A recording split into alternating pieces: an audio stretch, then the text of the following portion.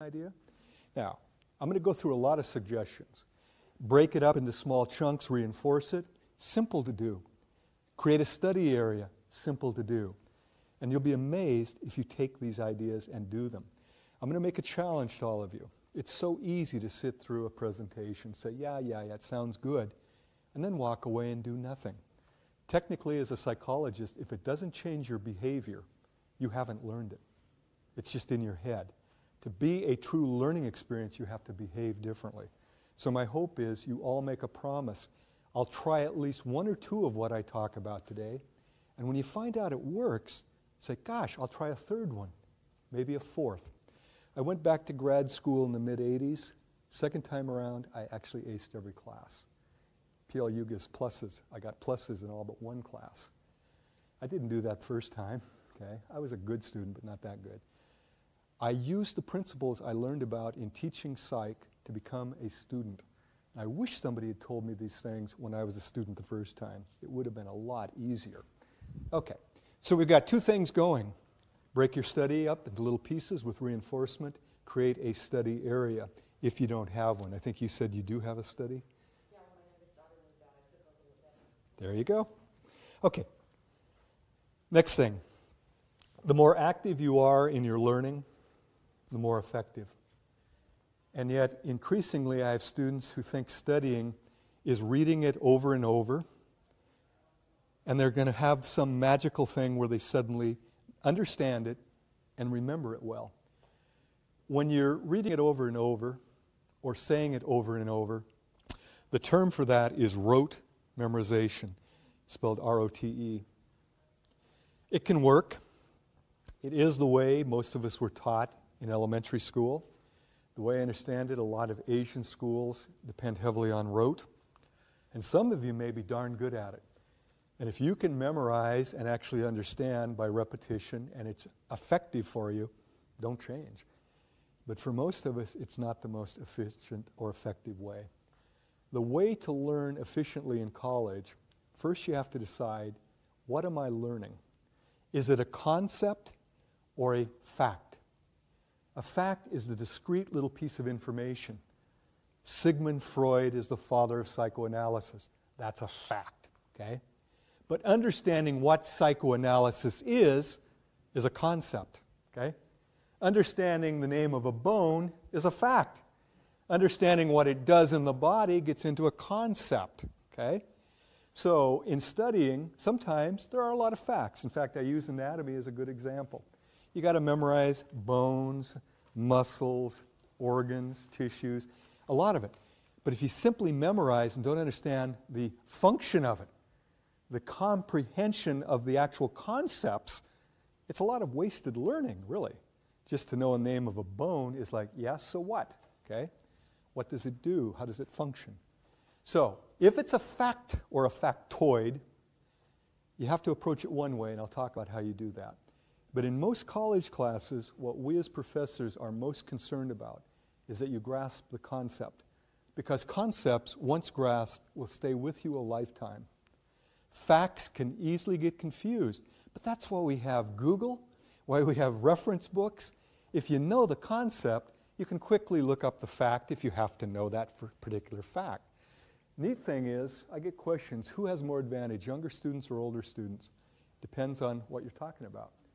Most of us, as we get older, realize concepts are what are really important to make our lives better, to be effective in our work, to be effective in our personal lives. Facts, though, we realize we can look up. We can get those if we need them. Young people actually often learn facts very quickly, but they never think about the concept. And I'll give you a simple example. I'm an old guy.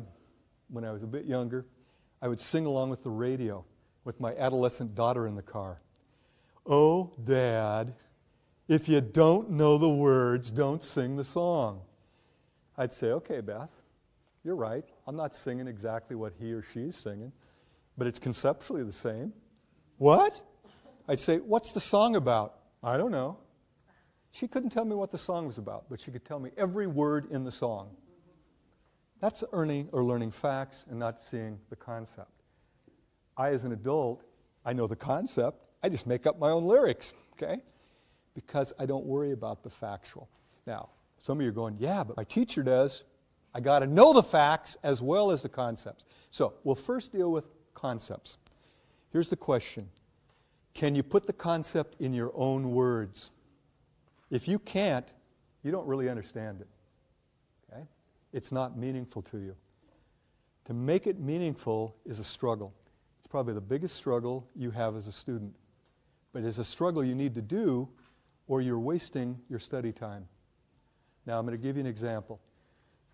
Only one of you probably in this room will understand what I just say, or will be saying. Ontogeny recapitulates phylogeny.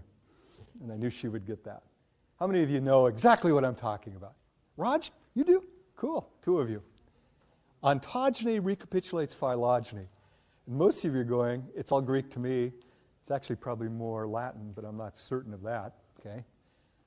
When I was a biology student, I learned about the ontogeny recapitulates phylogeny. And if you try to learn that and you don't understand it, it's going to go in one ear and out the other. Okay? You can't hold on to it. But if I take a moment to break it down, ontogeny means your own development as a being. Okay? You as a human, for example. Recapitulates means goes back through or recaptures, retraces phylogeny, which is the development all the way from single cell to complex mammal. Now, to make sense of that, how did all of you start in utero? A single fertilized cell, right? An ovum that's fertilized. And then it starts dividing and you get all that. But you get a little period, and this is what they first looked at embryos, where we look like a little thing that looks like a tadpole, right? Yeah, tadpole-ish. So we start with a single egg that's fertilized, and then we get this little thing that looks kind of like a tadpole, and they thought these were gill slits, okay? They're not. They're just what becomes the thoracic area. But there's no legs. It looks like a little tail. Oh, we had a tail. Got the idea? Well, then we get our arm buds, and we get them growing, so we now get arms and legs, and gradually we start looking more like a human being. By the way, take an embryo of any mammal. You probably couldn't tell one from the other. Human, pig, doesn't matter. They all look very much alike, don't they? Now, you understand ontogeny recapitulates phylogeny. But if an instructor doesn't take the time to tell you that, and you just read it and go, whatever, I'll memorize it, you will forget it about as quickly as you can get through it. I'm not going to prove this. You all get to do a little memory task. Got to find the right. Here we go. I'm going to read to you 13 letters from our alphabet. You all know the alphabet, right? Should be meaningful. As soon as I finish, I want you to say them back to me in the same sequence that I give them to you. So I'll say them and then I'll go like that. Just say them back. Y, T, R, H, don't write them. A, U, S, P, D, P, A, Y, H.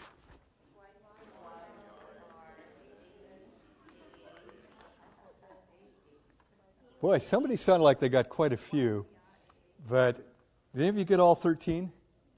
By the way, the fact that you took notes is a good thing. It's one of the best things to help you remember.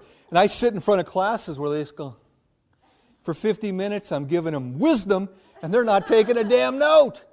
And then they wonder why they don't remember. You can't remember everything in a lecture. I'm going to rearrange the letters a little bit, see if you do any better. H, A, P, P, Y, T, H, U, R, S, D, A, Y. The letters in sequence. Whoosh, letters.